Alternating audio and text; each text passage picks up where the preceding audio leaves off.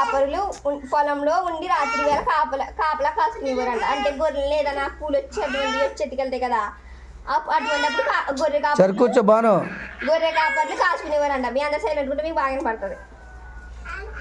ప్రభు దూత వారి యొద్దకు వచ్చి నిలిచినది. ప్రభు దూత అంటే ఎవరు? ప్రభు దూత అంటే ప్రశ్నించుకు చెప్పు. ప్రభు మహిమ వారి చుట్టూ ప్రకాశించినది. ప్రభు మహిమ అంట వారి చుట్టూ నిలిచినదంట. వారు మికిలి భయపడ్డారండి, అంటే ఇష్టంతో కూడిన భయం. అయితే ఆ దూత భయపడుకుడి అన్నదంట. ఆ దూత ఏమంది?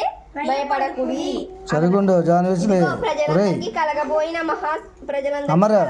మహాశుభవార్త, సంతోషకరమైన శుభవార్త మనము నేను మీకు తెలియజేయుచున్నాను. ప్రజలందరికీ తెలియజేస్తున్నాను ఒక శుభవార్త. మీ అందరికీ తెలియజేస్తున్నదంటే శుభవార్త ఏంటున్నది. దావీదు పట్టణమందు నేడు రక్షకుడు మీ కొరకు పుట్టి ఉన్నాడు. ఈయన ప్రభువైన క్రీస్తు. దావీదు పట్టణమందు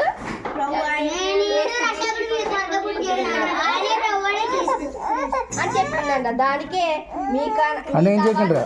మిగతా వాళ్ళు ఒక శిశువు పొత్తి గడుపులో చుట్టబడి ఉన్న ఒక తొట్టిని పడుకొని దానిని వారితో చెప్పండి.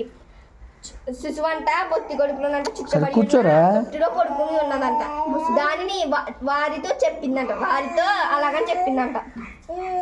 వెంటనే పరలోక సైన్యంకు ఆ దూతలో కూడబడినది. పరలోక సైన్యం మొత్తం అంట దూతతో పాటు వచ్చిందంట. సర్వస్థలములు దేవుని మహిమకి ఇష్టమైన మనుషులకు భూమి సమాధానం కలుగును గాక అని దేవుడు స్తోత్రముతో చేయుచున్నారు అని చెప్పిందంట. ఏమని చెప్పింది? దేవుని మహిమకి ఇష్టమైన మనుషులకు భూమి సమాధానం కలుగును గాక అని స్వస్థపరిచి చెప్పించున్నారంట. ఈ చిన్న వాక్యం తెలిసిందాక